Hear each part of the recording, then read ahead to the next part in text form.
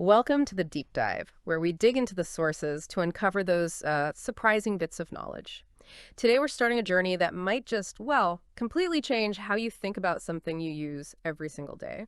So, when you hear the word technology, what's the very first thing that pops into your head? Just take a second, really think. Is it, glowing screens, Yeah. buzzing apps, maybe complex wires and microchips? Yeah. Yeah, if you're like most people, your mind probably jumps straight to the digital stuff, your phone, laptop, maybe a smart speaker. But here's where our sources throw us a really fascinating curveball. For most of human history, technology had no screens, no wires, definitely no internet. So our mission today is to kind of pull back the curtain on what truly counts as technology. We'll explore its ancient, often invisible power, and discover why these simple inventions are still shaping our world in really big ways. Get ready to look at everyday stuff with fresh eyes. Okay, so to really get into this, we have to start right at the beginning. How do we even define technology if it's not just blinking lights and touch screens? That's a great question. And our modern view is often so narrow, isn't it? The core definition, the one our materials really highlight, is wonderfully broad. Technology is basically any human invention or method made to solve a problem or improve life. And here's the kicker. It could be something physical, right, like a tool you hold. Or it could be something totally conceptual, like a writing system, a calendar, or even just a smart way of organizing things. Electronics, for all their wonders, are really just a very, very recent chapter in this huge story of human ingenuity. Wow, okay. That's a fantastic way to put it. Not just gadgets, but clever solutions. So, if we strip away the screens, then, what are some of the earliest, most powerful examples from our sources that truly redefined what humans could do? I'm thinking really foundational stuff, way before modern things. Absolutely. And when we connect this to the bigger picture, some of the most impactful tech didn't involve a single circuit. Take the wheel, for instance. Before the wheel, moving anything heavy was just an enormous struggle. It limited what people could build or trade. But with the wheel, suddenly you see better transport, not just for goods and people, but also in farming, like with potter's wheels and irrigation. Our sources dig into how the wheel wasn't just about transport. It was a catalyst for, urbanization. Being able to move bulk goods meant cities could grow much larger, supporting people far from farms. It created this scale of social organization that was unimaginable before. It truly changed how we live together. That's incredible, just thinking about cities getting bigger because someone invented a simple spinning disc. What else from that ancient toolkit really stands out in the research for its, far-reaching impact? Well, then you've got levers and pulleys. Simple physics, really, but revolutionary. These weren't just about lifting heavy things. They were fundamental for huge construction projects. Think ancient Egypt, Greece, Rome. These systems let people move massive stones or buildings that are still standing today. Just amazing engineering with really basic principles. And this also encouraged, cooperation and specialized jobs in society. And of course, the plow. This one tool was right at the heart of the farming revolution. The sources emphasized its design, whether it was a simple scratch plow or a heavier one, really changed the soil, allowed deeper digging, better weed control. This efficiency let farmers transform huge areas of land, which led to food surpluses like never before, and that crucial shift from just surviving day to day to a more complex social structure. It's just amazing to imagine the sheer effort needed before these things, and then boom, all these possibilities open up. So, given how, well, fundamental all three were the wheel, lever, plow, do the sources argue that one had a particularly unique or maybe less obvious transformative impact? Like, was there a tipping point where one invention really pushed societal complexity beyond just its main use? That's a really insightful question because, yeah, they are all so connected. But our sources do suggest the plow might hold a special place here. While the wheel helped trade and the lever built cities, the plow directly fueled the population boom. It enabled that stationary farming lifestyle. And this permanence wasn't just about food. It led to land ownership, surplus wealth, the need for records, eventually complex government. It kind of laid the groundwork for totally new social structures and economies in a way the others, vital as they were, didn't quite kickstart on their own. So the plow literally plowed the way for civilization as we know it. That's fascinating. Okay, we've looked at these ancient marvels, but the interesting thing, as our sources show, is how this idea of simple, impactful invention kept going right into our daily lives. A lot of tech we use today, often without even thinking, comes directly from these non-electronic wonders. Let's maybe shine a light on a few. It's so true, we do take them for granted. Consider glasses. They seem simple, right? Just lenses in a frame. But by fixing vision, they literally extended the productive lifespan of countless people. Imagine a medieval scribe or a skilled craftsperson or an elder who could keep contributing for years, even decades, just because they could see clearly. Our sources highlight how this directly improved literacy, craftsmanship, knowledge accumulation, impacting not just individuals, but the whole intellectual capital of a society. Wow, so it's not just seeing better, it's about contributing more and keeping wisdom around longer. What other simple tech had a similar, maybe overlooked ripple effect, according to the research? Then there's paper. This seemingly humble thing, invented millennia ago, was a total game changer for knowledge. Before paper, info was mostly spoken, or painstakingly carved onto clay or animal skins, heavy, fragile, expensive. Paper turned knowledge from something scarce and fixed into something portable, easy to copy, and widely accessible. It allowed education to spread beyond just listening. Ideas could travel huge distances and through generations. It formed the basis for administration, law, literature. Think of a government without paper records, or a school without textbooks.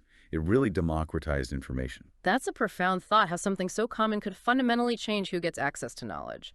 And what about when the sun went down? How did early tech help us, conquer the night? Exactly. Our sources also point to oil lamps. Before modern lighting, human life was pretty much ruled by the sun. But with the simple oil lamp, activity could stretch into the night. Longer work hours, studying, social gatherings, even creative work after dark.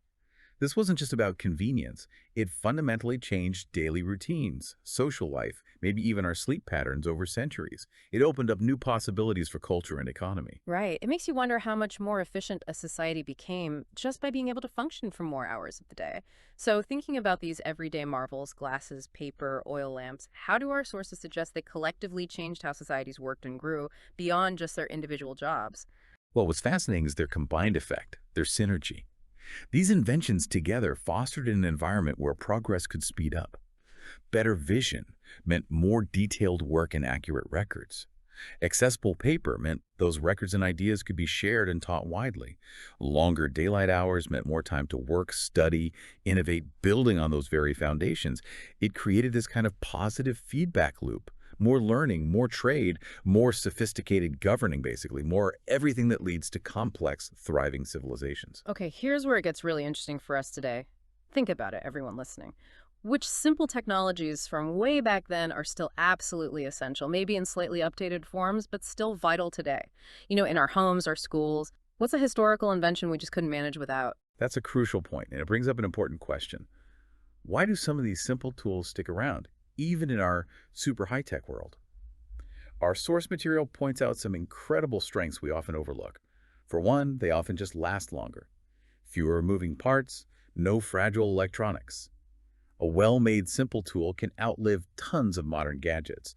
Think about a basic hammer versus fancy electric drill. Oh, that's so true. You don't need to plug in a hammer, right? Precisely. They don't need external power like batteries or electricity. Eh. That's a huge plus in many situations. They're usually easy to repair, often with just basic stuff or common sense. That makes them accessible to more people, especially where there isn't modern infrastructure. And Mhm. crucially, they work where modern tech just fails. Think of it a remote village or disaster area after the power is out. A hand pump or a candle, suddenly invaluable. Right. So let's imagine one of those tricky situations. In what practical scenarios might a simple non-electronic tool actually be better or maybe just more reliable than modern electronic tech, based on our research? Our sources give some pretty vivid examples. Imagine you're building a shelter deep in the woods. A hand axe and a saw. They're going to be way more reliable and repairable than a battery-powered chainsaw that just runs out of juice. Right. Or think about a large-scale natural disaster. Power grids fail. Communication networks are down. A simple water filter or hand crank radio becomes a lifeline. It completely outperforms a smartphone that's now just, well, a paperweight. Yeah. The beauty of simple tools is really their resilience and independence. It really makes you appreciate the core function over all the, bells and whistles. Thinking even further back now, like to the very dawn of human ingenuity. What were those absolute bedrock technologies like fire or the first stone tools? How did they fundamentally shift our ancestors' survival or maybe their cultural development? Our sources must have some incredible insights there. Oh, indeed. Fire, for example, wasn't just about warmth, though that was huge. It was a revolutionary technology for cooking food, making it more digestible, safer. That likely helped our brains develop. It offered protection from predators, allowed for tool making by hardening wood, and it extended social hours, fostering community, storytelling. Stone tools, similarly, didn't just help hunt. They allowed for processing food, building shelters, making clothes. They directly shaped our physical survival and what we could do. The influence here is just profound. These technologies didn't just solve problems, they actually altered human biology, social structures, our very way of interacting with the world. They're kind of embedded in our DNA, so to speak. That's incredible how these early innovations literally shaped us as a species. Yeah. Okay, so with that broader definition of technology in mind, our sources offer some fantastic comparisons that really make us rethink the strengths of simple tech. Let's take the first one. Which do our sources argue is more reliable in an emergency? A hammer or an electric drill? And why? Yeah, that's a great real-world test, isn't it? The sources really emphasize the hammer's raw simplicity. No power source needed, no delicate circuits to break down. In a crisis, its direct mechanical force and tough build make it inherently more dependable than an electric drill. Because, like you said, the drill is useless without a charged battery or grid power. Its reliability comes from its lack of complex dependencies. Okay, yeah, that makes perfect sense. How about another one? If you wanted to learn real survival skills, which teaches us more about resourcefulness, fire versus a microwave. This one really highlights the difference between, say, convenience and true understanding. A microwave is kind of a black box. You push a button, food gets hot, done. Fire, though, demands engagement. You need to gather fuel, understand combustion, control the heat, manage safety.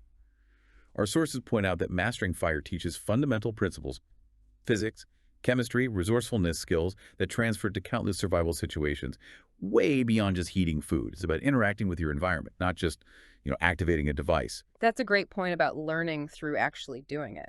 And for our final comparison, one that maybe touches on human connection. Which one carries more personal meaning and why? A handwritten letter versus an email. Yeah, this one speaks right to the human element. Mm. An email is instant, it's efficient, but often it feels kind of temporary. A handwritten letter, as our sources suggest, involves a real, tangible investment of time and effort. The choice of paper, the ink, the unique handwriting, these things convey a personal touch that digital stuff really struggles to replicate. It's a physical object that carries a piece of the sender's presence. It creates a deeper, more lasting emotional connection, a sense of permanence an email rarely has. It's like a physical memory. These comparisons really do challenge our assumptions about new always being better. So it brings up a crucial question, really. Do new technologies always completely replace old ones? Why or why not, based on what we've discussed? And the answer, as you can probably guess by now, is a resounding not always. No. Our sources clearly show that older technologies often don't just vanish. Instead, they evolve, or they find new niches, or they just keep offering advantages the newer ones can't match. Things like reliability, repairability, or that unique personal touch we just talked about.